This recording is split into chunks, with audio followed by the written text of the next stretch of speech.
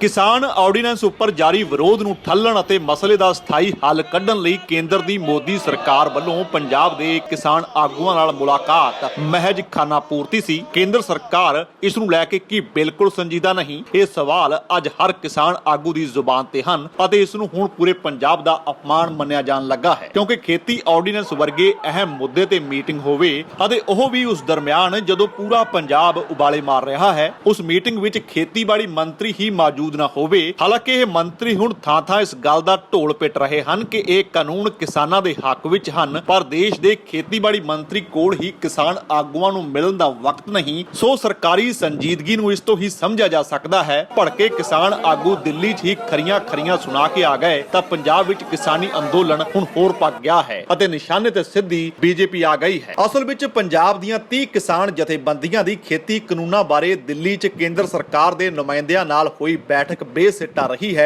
गलबात के एजेंडे तो नाखुश ਅਤੇ केंद्रीय खेतीबाड़ी मंत्री की गैर हाजिरी तो खफा किसानों ने बैठक तो वॉकआउट कर दिता। उन्होंने केंद्र सरकार खिलाफ कृषि भवन के बाहर ਅਤੇ बैठक दौरान नारेबाजी की। किसान आगुआं ने भवन के बाहर कानून ਦੀਆਂ ਕਾਪੀਆਂ ਸਾੜ ਕੇ ਆਪਣਾ ਵਿਰੋਧ ਜਤਾਇਆ। केंद्रीय खेतीबाड़ी ਸਕੱਤਰ संजय अग्रवाल ਨਾਲ करीब 1.5 ਘੰਟਾ बैठक दौरान किसान आगुआं ਦੀ सुर खेती कानूनों खिलाफ ਤਿੱਖੀ ਰਹੀ ਅਤੇ ਉਹ ਪ੍ਰਧਾਨ ਮੰਤਰੀ ਨਰਿੰਦਰ ਮੋਦੀ ਅਤੇ ਕੇਂਦਰੀ ਖੇਤੀਬਾੜੀ ਮੰਤਰੀ ਨਰਿੰਦਰ ਸਿੰਘ ਤੋਮਰ ਨੂੰ ਮਿਲਣਾ ਚਾਹੁੰਦੇ ਸਨ। ਮੀਟਿੰਗ ਦੌਰਾਨ ਕਈ ਵਾਰ ਤਿੱਖੀ ਬਹਿਸ ਵੀ ਹੋਈ। ਭਾਰਤੀ ਕਿਸਾਨ ਯੂਨੀਅਨ ਦੇ ਆਗੂ ਜੋਗਿੰਦਰ ਸਿੰਘ ਅਤੇ ਜਗਮੋਹਨ ਸਿੰਘ ਨੇ ਕਿਹਾ ਕਿ ਇੱਕ ਪਾਸੇ ਖੇਤੀਬਾੜੀ ਮੰਤਰੀ ਵੱਲੋਂ ਪ੍ਰਚਾਰਿਆ ਜਾ ਰਿਹਾ ਹੈ ਕਿ ਯੂਨੀਅਨ ਆਗੂਆਂ ਨੂੰ ਮੀਟਿੰਗ ਲਈ ਬੁਲਾਇਆ ਗਿਆ ਹੈ, ਦੂਜੇ ਪਾਸੇ ਖੇਤੀ ਮੰਤਰੀ ਖੁਦ ਹੀ ਇਸ ਬੈਠਕ ਵਿੱਚ ਨਹੀਂ। ਡਾਕਟਰ ਦਰਸ਼ਨਪਾਲ ਅਤੇ ਕੁਲਵੰਤ ਸੰਧੂ ਨੇ ਕਿਹਾ ਕਿ ਦਿੱਲੀ ਆਉਣ ਦਾ ਮਕਸਦ ਇਹ ਦਰਸਾਉਂਦਾ ਵੀ ਸੀ ਕਿ ਕਿਸਾਨ ਗੱਲਬਾਤ ਤੋਂ ਪਿੱਛੇ ਨਹੀਂ ਹਟਦੇ। ਕਿਸਾਨ ਆਗੂ ਬਲਬੀਰ ਸਿੰਘ ਰਾਜੋਵਾਲ ਨੇ ਕਿਹਾ ਕਿ ਕਿਸਾਨ ਜਥੇਬੰਦੀਆਂ ਨੂੰ ਬੁਲਾ ਕੇ ਕੋਝਾ ਮਜ਼ਾਕ ਕੀਤਾ ਗਿਆ ਹੈ। ਉਹਨਾਂ ਨੇ ਕਿਹਾ ਕਿ ਬੈਠਕ ਮੋਦੀ ਸਰਕਾਰ ਦਾ ਇੱਕ ਹੋਰ ਜੁਮਲਾ ਸਾਬਿਤ ਹੋਇਆ ਹੈ। ਸ੍ਰੀ ਰਾਜੇਵਾਲ ਮੁਤਾਬਕ ਜਦ ਸਕੱਤਰ ਸਮੇਤ 5 ਅਧਿਕਾਰੀ ਆਗੂਆਂ ਨੂੰ ਖੇਤੀ ਬਾਰੇ ਸਮਝਾਉਣ ਲੱਗੇ ਤਾਂ ਆਗੂਆਂ ਨੇ ਕਿਹਾ ਕਿ ਜੋ ਕਿਸਾਨ 50-50 ਸਾਲ ਤੋਂ ਖੇਤੀ ਕਰ ਰਹੇ ਹਨ ਉਹਨਾਂ ਨੂੰ ਹਰ ਨੁਕਤੇ ਦਾ ਪਤਾ ਹੈ, ਪਰ ਕੇਂਦਰ ਨੇ ਬੈਠਕ ਬੁਲਾ ਕੇ ਚਾਲ ਚੱਲੀ ਹੈ। ਇਸ ਮੌਕੇ ਕਿਸਾਨ ਆਗੂ ਨਰਿੰਦਰ ਸਿੰਘ ਕੰਗ ਨੇ ਕਿਹਾ ਕਿ ਕੇਂਦਰ ਵੱਲੋਂ ਜੋ ਕਾਰਪੋਰੇਟ ਪੱਖੀ ਨੀਤੀ ਪੰਜਾਬ ਹਰਿਆਣਾ ਦੇ ਕਿਸਾਨਾਂ ਤੇ ਥੋਪੀ ਜਾ ਰਹੀ ਹੈ ਉਹ ਕਿਸਾਨ ਵਿਰੋਧੀ ਹੈ। ਉਹਨਾਂ ਕਿਹਾ ਕਿ ਸ਼ਾਇਦ ਇਹੀ ਕਾਰਨ ਹੈ ਕਿ ਹੋਰਨਾਂ ਰਾਜਾਂ ਦੇ ਕਿਸਾਨ ਉੱਤਰੀ ਪੱਛਮੀ ਰਾਜਾਂ ਵਿੱਚ ਖੁਦਕੁਸ਼ੀ ਕਰਨ ਲੱਗੇ ਹਨ। ਕਿਸਾਨ ਯੂਨੀਅਨਾਂ ਵੱਲੋਂ ਹੁਣ ਅਗਲੀ ਰਣਨੀਤੀ ਵਿਚਾਰਨੀ ਸ਼ੁਰੂ ਕਰ ਦਿੱਤੀ ਗਈ ਹੈ। ਕਿਸਾਨ ਜਥੇਬੰਦੀਆਂ ਵੱਲੋਂ ਪਹਿਲੀ ਪੇਸ਼ਕਸ਼ ਰੱਦ ਕਰਨ ਮਗਰੋਂ ਹੁਣ ਵਿਵਾਦਤ ਨੁਕਤਿਆਂ ਉੱਤੇ ਸਹਿਮਤੀ ਬਣਾਈ ਜਾ ਸਕੇ। ਦੱਸਣਯੋਗ ਹੈ ਕਿ ਬੈਠਕ ਤੋਂ ਪਹਿਲਾਂ ਜਥੇਬੰਦੀਆਂ ਦੇ ਨੁਮਾਇੰਦਿਆਂ ਨੇ ਕਿਹਾ ਸੀ ਕਿ ਉਹ ਨਵੇਂ ਕਾਨੂੰਨਾਂ ਬਾਰੇ ਆਪਣੀ ਗੱਲ ਪ੍ਰਧਾਨ ਮੰਤਰੀ ਤੇ ਖੇਤੀਬਾੜੀ ਮੰਤਰੀ ਨੂੰ ਮਿਲ ਕੇ ਹੀ ਦੱਸਣਾ ਚਾਹੁੰਦੇ ਹਨ। ਵਿਰੋਧੀ ਸਿਆਸੀ ਧਿਰਾਂ ਨੇ ਕਿਸਾਨਾਂ ਨਾਲ ਕੇਂਦਰ ਦੀ ਟੁੱਟੀ ਗੱਲਬਾਤ ਬਹਾਨੇ ਹੁਣ ਨਿਸ਼ਾਨੇ ਸਿੱਧੇ ਮੋਦੀ ਸਰਕਾਰ ਤੇ ਸਾਧਨੇ ਸ਼ੁਰੂ ਕਰ ਦਿੱਤੇ ਹਨ। ਮੁੱਖ ਮੰਤਰੀ ਕੈਪਟਨ ਅਮਰਿੰਦਰ ਸਿੰਘ ਦਾ ਕਹਿਣਾ ਹੈ ਕਿ ਕੇਂਦਰ ਨੇ ਕਿਸਾਨੀ ਦਾ ਅਪਮਾਨ ਕੀਤਾ ਹੈ ਅਤੇ ਕੇਂਦਰ ਨੇ ਗੱਲਬਾਤ ਕਰਨ ਗਏ ਆਗੂਆਂ ਦਾ ਨਿਰਾਦਰ ਕਰਕੇ ਸਮੁੱਚੀ ਕਿਸਾਨੀ ਦੇ ਜ਼ਖਮਾਂ ਤੇ ਲੂਣ ਛਿੜਕਿਆ ਹੈ। ਉਹਨਾਂ ਨੇ ਕਿਹਾ ਕਿ ਕਿਸਾਨਾਂ ਨਾਲ ਗੱਲਬਾਤ ਲਈ ਸਕੱਤਰ ਪੱਧਰ ਦਾ ਅਧਿਕਾਰੀ ਭੇਜ ਕੇ ਕਿਸਾਨਾਂ ਦੀ ਬੇਇੱਜ਼ਤੀ ਕੀਤੀ ਗਈ। ਕੈਪਟਨ ਨੇ ਆਪਣੇ ਟਵੀਟ ਵਿੱਚ ਕਿਹਾ ਕਿ ਕੀ ਕਿਸਾਨ ਖੇਤੀ ਮੰਤਰੀ ਨੂੰ ਮਿਲਣ ਦੇ ਵੀ ਯੋਗ ਨਹੀਂ ਹਨ। ਸ਼੍ਰੋਮਣੀ ਅਕਾਲੀ ਦਲ ਡੈਮੋਕ੍ਰੈਟਿਕ ਮੁਖੀ ਸੁਖਦੇਵ ਸਿੰਘ ਢੀਂਡਸਾ ਨੇ ਕਿਹਾ ਕਿ ਕਿਸਾਨੀ ਨਾਲ ਗੱਲਬਾਤ ਦਾ ਟੁੱਟਣਾ ਮੰਦਭਾਗਾ ਹੈ। ਪੰਜਾਬ ਦੇ ਕਿਸਾਨਾਂ ਨੇ ਹਮੇਸ਼ਾ ਦੇਸ਼ ਦਾ ਢਿੱਡ ਭਰਿਆ ਹੈ। ਸਰਕਾਰਾਂ ਦੀ ਜ਼ਿੰਮੇਵਾਰੀ ਹੈ ਕਿ ਉਹ ਕਿਸਾਨਾਂ ਦੀ ਬਾਹ ਫੜੇ, ਉਹਨਾਂ ਦੀ ਸ਼ੰਕਿਆਂ ਨੂੰ ਦੂਰ ਕਰੇ। ਢੀਂਡਸਾ ਨੇ ਕਿਹਾ ਕਿ ਜੇਕਰ ਬਾਦਲ ਪਰਿਵਾਰ ਵੱਲੋਂ ਕਿਸਾਨਾਂ ਨਾਲ ਧਰੋ ਨਾ ਕਮਾਇਆ ਗਿਆ ਹੁੰਦਾ ਤਾਂ ਅੱਜ ਇਹ ਦਿਨ ਨਾ ਵੇਖਣੇ ਪੈਂਦੇ। ਉਧਰ ਬੀਜੇਪੀ ਨਾਲੋਂ ਤੋੜ ਵਿਛੋੜਾ ਕਰਕੇ ਵਿਹਲਾ ਹੋਇਆ ਅਕਾਲੀ ਦਲ ਵੀ ਬੀਜੇਪੀ ਤੇ ਹਮਲਾਵਰ ਹੈ। ਦਹਾਕਿਆਂ ਦੀ ਦੱਬੀ ਪੜਾਸ ਹੁਣ ਦੋਵਾਂ ਪਾਸਿਓਂ ਆਗੂ ਕੱਢ ਰਹੇ ਹਨ। ਸ਼੍ਰੋਮਣੀ ਅਕਾਲੀ ਦਲ ਮੁਖੀ ਸੁਖਬੀਰ ਸਿੰਘ ਬਾਦਲ ਨੇ ਵੀ ਇਸ ਤੇ ਤਿੱਖੇ ਸਵਾਲ ਚੁੱਕੇ ਹਨ। ਕਿਹਾ ਕਿ ਕੇਂਦਰ ਨੇ ਕਿਸਾਨਾਂ ਦੀ ਬੇਇੱਜ਼ਤੀ ਕੀਤੀ ਹੈ। ਉਹਨਾਂ ਨੇ ਕਿਹਾ ਕਿ ਮੀਟਿੰਗ ਮੰਤਰੀ ਨਾਲ ਹੋਣੀ ਚਾਹੀਦੀ ਸੀ ਪਰ ਕਾਰਵਾਈ ਸੈਕਟਰੀ ਨਾਲ ਗਈ। ਹੁਣ ਦਾ ਕਹਿਣਾ ਹੈ ਕਿ ਸਰਕਾਰ ਨੇ ਖੁਦ ਕਿਸਾਨਾਂ ਨੂੰ ਬੁਲਾਇਆ ਸੀ।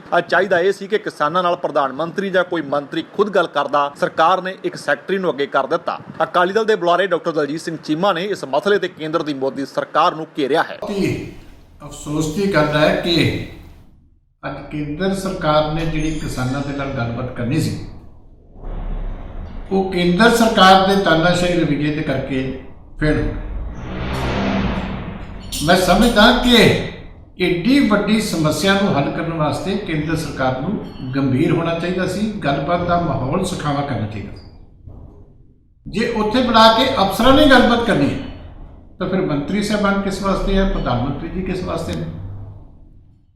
ਚਾਹੀਦਾ ਤਾਂ ਇਹ ਸੀ ਕਿ ਮੀਟਿੰਗ ਦਾ ਮਾਹੌਲ ਹੋਰ ਅੱਛਾ ਬਣ ਜਾਂਦਾ ਅਗਰ ਤਿੰਨਾਂ ਹੀ ਕਾਨੂੰਨਾਂ ਦੇ ਉੱਤੇ ਪਹਿਲਾਂ ਕੇਂਦਰ ਸਰਕਾਰ ਰੋਕ ਲਾ ਦਿੰਦਾ ਔਰ ਫਿਰ ਖੁੱਲ੍ਹੀ ਡਿਸਕਸ਼ਨ ਹੁੰਦੀ ਤੇ ਉਹਦੇ ਮੁਤਾਬਕ ਤਬਦੀਲੀਆਂ ਹੁੰਦੀਆਂ ਜਾਂ ਵਾਪਸ ਹੁੰਦੀਆਂ।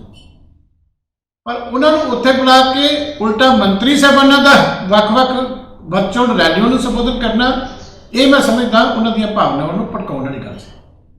ਸੋ ਲੱਗਦਾ ਹੈ ਕਿ ਕੇਂਦਰ ਸਰਕਾਰ ਨੂੰ ਕਿਸਾਨਾਂ ਦੇ ਨਾਲ ਹਮਦਰਦੀ ਨਹੀਂ ਹੈ, ਪਰ ਅਗਰ ਇਹ ਮਸਲਾ ਹੋਰ ਅੱਗੇ ਵੱਧਦਾ ਤੇ ਇਹਦੀ ਜ਼ਿੰਮੇਵਾਰੀ ਜਿਹੜੀ ਆ ਉਹ ਕੇਂਦਰ ਤੇ ਸੂਬਾ ਸਰਕਾਰਾਂ ਦੀ। ਮੈਂ ਸਮਝਦਾ ਕਿ ਅੱਜ ਜਿਹੜਾ ਮੌਕਾ ਸੀ ਉਹਦੇ ਵਿੱਚ ਕਿਸਾਨਾਂ ਦੀ ਗੱਲ ਸੁਣਨ ਦੇ ਵਿੱਚ ਕੇਂਦਰ ਸਰਕਾਰ ਫੇਲ ਹੋਈ ਹੈ, ਔਰ ਇਸ ਰਵੱਈਏ ਦੇ ਨਾਲ ਇਹ ਜਿਹੜੀ ਵੱਡੀ ਸਮੱਸਿਆ ਇਹ ਹੋਰ ਗੁੰਝਲਦਾਰ ਹੋਈ।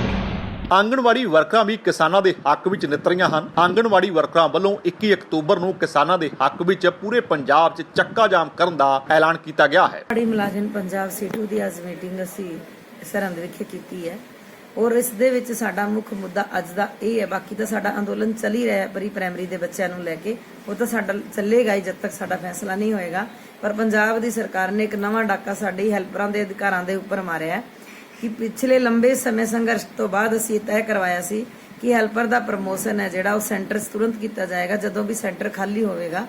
ਪਰ ਪੰਜਾਬ ਦੀ ਸਰਕਾਰ ਨੇ 2016 ਤੋਂ ਖਾਲੀ ਪਏ ਸੈਂਟਰ, ਜਿਨ੍ਹਾਂ ਤੇ ਬੜੇ ਲੰਬੇ ਸਮੇਂ ਤੋਂ ਸਾਡੀਆਂ ਹੈਲਪਰਾਂ ਉਮੀਦ ਕਰ ਰਹੀਆਂ ਸੀ ਕਿ ਸਾਡੀ ਆਂਗਣਵਾੜੀ ਵਰਕਰ ਦੀ ਪ੍ਰਮੋਸ਼ਨ ਹੋਏਗੀ, ਕਿਉਂਕਿ ਬੜੇ ਲੰਬੇ ਸਮੇਂ ਤੋਂ 25% ਦਾ ਕੋਟਾ ਦਿੱਤਾ ਹੋਇਆ, ਜਦਕਿ ਪੰਜਾਬ 'ਚ 2 ਤੇ 3% ਆਂਗਣਵਾੜੀ ਹੈਲਪਰ ਅਜੇ ਵੀ ਵਰਕਰ ਪ੍ਰਮੋਟ ਨਹੀਂ ਹੋਏ।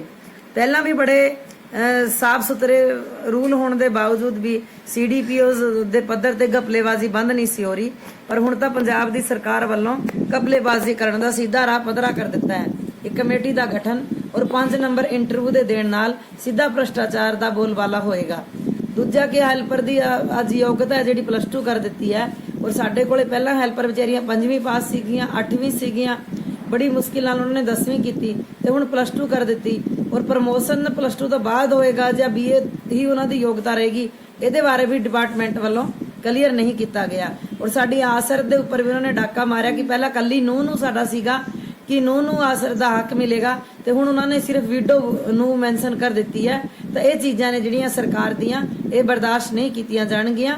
ਇਸ ਸੰਬੰਧੀ ਆਂਗਣਵਾੜੀ ਮੁਲਾਜ਼ਮ ਪੰਜਾਬ ਸੀਟੂ ਵੱਲੋਂ ਤੁਰੰਤ ਵਿਭਾਗੀ ਮੰਤਰੀ ਨੂੰ ਮੇਲ ਕੀਤਾ ਹੈ, ਸੈਕਟਰੀ ਨੂੰ ਕੀਤਾ ਹੈ, ਡਿਪਾਰਟਮੈਂਟ ਦੇ ਡਾਇਰੈਕਟਰ ਨੂੰ ਕੀਤਾ ਹੈ ਤੇ ਉਹਨਾਂ ਨੂੰ ਪਰਸਨਲੀ WhatsApp ਵੀ ਕੀਤਾ ਹੈ, ਤੇ ਮੁੱਖ ਮੰਤਰੀ ਨੂੰ ਵੀ ਅਸੀਂ ਟਵੀਟ ਕਰਕੇ ਉਸ ਨੂੰ ਅਟੈਚ ਕਰਕੇ ਭੇਜਿਆ ਕਿ ਜਿਹੜੀ ਉਣਤਾਈਆਂ ਇਹਨਾਂ ਭਰਤੀ ਦੇ ਨਿਯਮਾਂ ਦੇ ਵਿੱਚ ਕੀਤੀਆਂ ਨੇ ਉਹਨਾਂ ਨੂੰ ਸੋਧ ਕੀਤਾ ਜਾਵੇ। ਜਿਹੜੀਆਂ ਸਾਡੀਆਂ ਹੈਲਪਰ ਭੈਣਾਂ 4 ਸਾਲਾਂ ਤੋਂ ਪ੍ਰਮੋਸ਼ਨ ਦਾ ਇੰਤਜ਼ਾਰ ਕਰ ਰਹੀਆਂ ਨੇ ਉਹਨਾਂ ਨੂੰ ਉਸੇ ਪਿਛਲੀ ਯੋਗਤਾ ਦੇ ਤਹਿਤ ਹੀ ਪ੍ਰਮੋਸ਼ਨ ਕੀਤਾ ਜਾਵੇ, ਤੇ ਜਿਹੜੀਆਂ ਨਵੀਆਂ ਹਦਾਇਤਾਂ ਦੇ ਵਿੱਚ ਉਣਤਾਈਆਂ ਦਰਜ ਕਰਾਈਆਂ ਨੇ ਯੂਨੀਅਨ ਵੱਲੋਂ ਉਹਨਾਂ ਉਣਤਾਈਆਂ ਨੂੰ ਤੁਰੰਤ ਦੂਰ ਕੀਤਾ ਜਾਵੇ।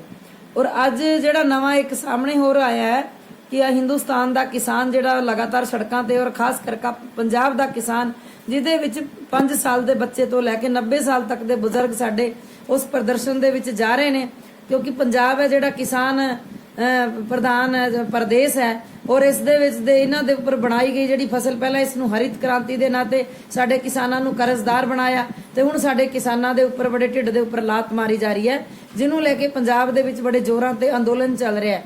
ਔਰ ਮੋਦੀ ਸਰਕਾਰ ਵੱਲੋਂ ਇੱਕ ਡਰਾਮਾ ਕੀਤਾ ਗਿਆ ਸੀ ਮੀਟਿੰਗ ਤੇ ਬੁਲਾਉਣ ਦਾ, ਤੇ ਅੱਜ ਮੀਟਿੰਗ ਦੇ ਵਿੱਚ ਜੋ ਕਿਸਾਨਾਂ ਦੇ ਨਾਲ ਕੀਤਾ ਉਹਨਾਂ ਨੇ ਕਿ ਉੱਥੇ ਨਾ ਖੇਤੀਬਾੜੀ ਮੰਤਰੀ ਮੀਟਿੰਗ 'ਚ ਆਇਆ, ਨਾ ਪ੍ਰਧਾਨ ਮੰਤਰੀ ਆਇਆ, ਤੇ ਸਿਰਫ ਇੱਕ ਅਧਿਕਾਰੀ ਨੂੰ ਹੀ ਮੀਟਿੰਗ ਦੇ ਵਿੱਚ ਬਿਠਾ ਦਿੱਤਾ ਹੈ, ਤੇ ਜਿਹਦਾ ਸਾਡੀ ਕਿਸਾਨ ਜਥੇਬੰਦੀਆਂ ਬਾਈਕਾਟ ਕਰਕੇ ਆਈਆਂ ਨੇ। ਤੇ ਆਂਗਣਵਾੜੀ ਮੁਲਾਜ਼ਮ ਯੂਨੀਅਨ ਸੀਟੂ ਇਸ ਦੀ ਘੋਰ ਨਿੰਦਾ ਕਰਦੀ ਹੈ ਜਿਹੜੇ ਧੋਖੇਬਾਜ਼ ਭਾਰਤ ਸਰਕਾਰ ਨੇ ਕੀਤਾ ਹੈ ਕੰਮ, ਤੇ ਅਸੀਂ ਕਿਸਾਨਾਂ ਦੇ ਸਮਰਥਨ 'ਚ ਉਹਨਾਂ ਦੇ ਹੱਕਾਂ ਦੀ ਰਾਖੀ ਲਈ ਉਹਨਾਂ ਕਾਨੂੰਨਾਂ ਦੇ ਵਿਰੋਧ ਵਿੱਚ 21 ਅਕਤੂਬਰ ਨੂੰ ਸਾਰੇ ਪੰਜਾਬ ਦੇ ਵਿੱਚ ਚੱਕਾ ਜਾਮ ਕਰਾਂਗੇ ਔਰ ਬੜੀ ਗਿਣਤੀ ਦੇ ਵਿੱਚ ਅੰਦੋਲਨ ਵਿੱਚ ਸਮੂਲੀਅਤ ਕਰਾਂਗੇ। ਹੁਣ ਕਿਸਾਨਾਂ ਨਾਲ ਕੇਂਦਰ ਦੀ ਟੁੱਟੀ ਗੱਲਬਾਤ ਤੋਂ ਬਾਅਦ ਪੰਜਾਬ ਵਿੱਚ ਕਿਸਾਨੀ ਸੰਘਰਸ਼ ਹੋਰ ਤਿੱਖਾ ਹੋ ਗਿਆ ਹੈ ਅਤੇ ਇਸ ਦਾ ਸੇਕ ਹੁਣ ਆਉਂਦੇ ਦਿਨਾਂ ਵਿੱਚ ਪੰਜਾਬ BJP ਆਗੂਆਂ ਨੂੰ ਵੀ ਝੱਲਣਾ ਪੈ ਸਕਦਾ ਹੈ। ਇਸ ਦੇ ਸੰਕੇਤ ਕਿਸਾਨਾਂ ਵੱਲੋਂ ਮਿਲੇ ਹਨ ਕਿ ਭਾਜਪਾ ਆਗੂਆਂ ਦੇ ਘਿਰਾਓ ਕੀਤੇ ਜਾਣ। ਫਿਰੋਜ਼ਪੁਰ ਅੰਮ੍ਰਿਤਸਰ 'ਚ ਰੇਲ ਮਾਰਗਾਂ ਦੇ ਪੱਕਾ ਮੋਰਚਾ 17 ਅਕਤੂਬਰ ਤੱਕ ਵਧਾ ਦਿੱਤਾ ਗਿਆ ਹੈ। ਹਾਲਾਂਕਿ ਇਸ ਦਰਮਿਆਨ ਕੇਂਦਰ ਦੀ ਦੋਗਲੀ ਨੀਤੀ ਵੇਖੋ, ਇੱਕ ਪਾਸੇ ਤਾਂ ਕੇਂਦਰੀ ਖੇਤੀਬਾੜੀ ਮੰਤਰੀ ਕੋਲ ਕਿਸਾਨ ਆਗੂਆਂ ਨੂੰ ਮਿਲਣ ਦੀ ਵੇਲ ਨਹੀਂ, ਉੱਥੇ ਹੀ ਕੇਂਦਰ ਦੇ ਮੰਤਰੀ ਪੰਜਾਬ ਵਿੱਚ ਲਗਾਤਾਰ ਕਿਸਾਨੀ ਕਾਨੂੰਨਾਂ ਦੀਆਂ ਖੂਬੀਆਂ ਗਿਣਵਾਉਣ 'ਚ ਰੁੱਝੇ ਹਨ। ਕੇਂਦਰੀ ਮੰਤਰੀ ਹਰਦੀਪ ਸਿੰਘ ਪੁਰੀ, ਜਲ ਸ਼ਕਤੀ ਮੰਤਰੀ ਗਜੇਂਦਰ ਸ਼ੇਖਾਵਤ, ਅਨੁਰਾਗ ਠਾਕੁਰ, ਸੰਜੀਵ ਬਾਲਿਆਨ, ਸੋਮ ਪ੍ਰਕਾਸ਼, ਜਤਿੰਦਰ ਸਿੰਘ ਪੰਜਾਬ ਵਿੱਚ ਵਰਚੁਅਲ ਮੀਟਿੰਗਾਂ ਰਾਹੀਂ ਕਿਸਾਨਾਂ ਨੂੰ ਖੇਤੀਬਾੜੀ ਕਾਨੂੰਨਾਂ ਦੇ ਹੱਕ ਵਿੱਚ ਲਾਮਬੰਦ ਕਰਨ 'ਚ ਲੱਗੇ ਹਨ ਕਿ ਪੰਜਾਬ ਦੀ ਜ਼ਮੀਨੀ ਹਕੀਕਤ ਤੋਂ ਕੇਂਦਰ ਅਣਜਾਣ ਹੈ ਕਿ ਕੇਂਦਰ ਦੀ ਮੋਦੀ ਸਰਕਾਰ ਜਾਣ ਬੁੱਝ ਕੇ ਇਹਨਾਂ ਹਾਲਾਤਾਂ ਤੋਂ ਅੱਖਾਂ ਫੇਰੀ ਬੈਠੀ ਹੈ। ਪਰ ਕੇਂਦਰ ਦੇ ਇਸ ਰੁਖ ਨਾਲ ਇਸ ਵਿਰੋਧ ਦਾ ਹੋਰ ਪਕੜਾ ਜ਼ਾਹਰ ਹੈ। ਸੂਬੇ 'ਚ ਲਗਾਤਾਰ ਕਿਸਾਨਾਂ ਨੇ ਰੇਲ ਮਾਰਗਾਂ, ਟੋਲ ਪਲਾਜ਼ਿਆਂ, ਕਾਰਪੋਰੇਟ ਘਰਾਣਿਆਂ ਦੇ ਵਪਾਰਕ ਟਿਕਾਣਿਆਂ, ਪੈਟਰੋਲ ਪੰਪਾਂ ਅਤੇ ਭਾਜਪਾ ਆਗੂਆਂ ਦੇ ਘਰਾਂ ਦਾ ਘਿਰਾਓ ਕੀਤਾ ਹੈ। ਉਧਰ 24 ਸਤੰਬਰ ਤੋਂ ਫਿਰੋਜ਼ਪੁਰ ਤੇ ਅੰਮ੍ਰਿਤਸਰ 'ਚ ਰੇਲ ਮਾਰਗਾਂ ਤੇ ਪੱਕਾ ਮੋਰਚਾ ਲਾਈ ਬੈਠੇ ਕਿਸਾਨ ਮਜ਼ਦੂਰ ਸੰਘਰਸ਼ ਕਮੇਟੀ ਦੇ ਆਗੂਆਂ ਨੇ ਆਪਣਾ ਅੰਦੋਲਨ 17 ਅਕਤੂਬਰ ਤੱਕ ਵਧਾ ਦਿੱਤਾ ਹੈ। ਕਿਸਾਨ ਯੂਨੀਅਨ ਦੇ ਨੁਮਾਇੰਦਿਆਂ ਦਾ ਕਹਿਣਾ ਹੈ ਕਿ ਕੇਂਦਰ ਸਰਕਾਰ ਨਾਲ ਗੱਲਬਾਤ ਬੇਸਿੱਟਾ ਰਹਿਣ ਮਗਰੋਂ ਪੰਜਾਬ ਵਿੱਚ ਸੰਘਰਸ਼ ਹੋਰ ਤੇਜ਼ ਕੀਤਾ ਜਾਵੇਗਾ। ਕਿਸਾਨ ਜਥੇਬੰਦੀਆਂ ਨੇ ਭਵਿੱਖੀ ਰਣਨੀਤੀ ਘੜਨ ਲਈ ਵੀਰਵਾਰ ਨੂੰ ਚੰਡੀਗੜ੍ਹ 'ਚ ਮੀਟਿੰਗ ਸੱਦੀ ਹੈ। ਸੋ ਕੇਂਦਰ ਦੇ ਇਸ ਰੁਖ ਨਾਲ ਕਿਸਾਨਾਂ ਦਾ ਸੰਘਰਸ਼ ਤਾਂ ਹੋਰ ਭਖੇਗਾ। ਇਸ ਦਾ ਸਿੱਧਾ ਸੇਕ ਹੁਣ ਕਾਰਪੋਰੇਟ ਘਰਾਣਿਆਂ ਨੂੰ ਲੱਗ ਰਿਹਾ ਹੈ। ਪੰਜਾਬ ਵਿੱਚ ਰਿਲਾਇੰਸ ਦੇ ਪੈਟਰੋਲ ਪੰਪਾਂ ਅਤੇ ਹੋਰ ਕਾਰੋਬਾਰੀ ਅਦਾਰਿਆਂ ਸਮੇਤ ਟੋਲ ਨਾਕਿਆਂ ਉੱਪਰ ਜਾਰੀ ਮੋਰਚੇ ਦਾ ਅਸਰ ਹੈ ਕਿ ਕਾਰਪੋਰੇਟ ਘਰਾਣਿਆਂ ਨੂੰ ਵੱਡਾ ਵਿੱਤੀ ਨੁਕਸਾਨ ਹੋ ਰਿਹਾ ਹੈ। सत श्री अकाल जी, मेरा नाम गुरजीत सिंह है and we are located in Khan market Delhi.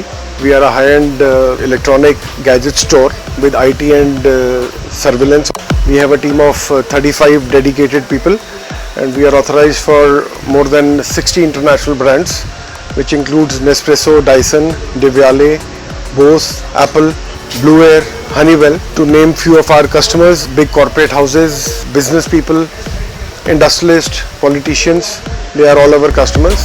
ਸਾਡੇ ਕੋਲ 5000 ਤੋਂ ਜ਼ਿਆਦਾ ਸੈਟੀਸਫਾਈਡ ਕਸਟਮਰਸ ਹੈਗੇ। ਸਾਡੀ ਪੂਰੀ ਕੋਸ਼ਿਸ਼ ਹੈ ਕਿ ਮੈਂ ਔਰ ਮੇਰੀ ਟੀਮ ਇਹਨਾਂ ਸਾਰਿਆਂ ਨੂੰ ਬਹੁਤ ਹੀ ਵਧੀਆ ਇੰਡੀਆ ਦੇ ਅੰਦਰ ਬੈਸਟ ਟੂ ਬੈਸਟ ਪ੍ਰੋਡਕਟਸ ਔਰ best to best services provide ਕਰ ਸਕੀਏ। ਜੇਕਰ ਤੁਹਾਨੂੰ ਸਾਡਾ ਇਹ ਉਪਰਾਲਾ ਚੰਗਾ ਲੱਗਾ ਹੈ ਤਾਂ ਇਸ ਨੂੰ ਲਾਈਕ ਕਰੋ, ਸ਼ੇਅਰ ਕਰੋ ਅਤੇ ਸਾਡੇ YouTube ਚੈਨਲ ਨੂੰ ਸਬਸਕ੍ਰਾਈਬ ਕਰੋ।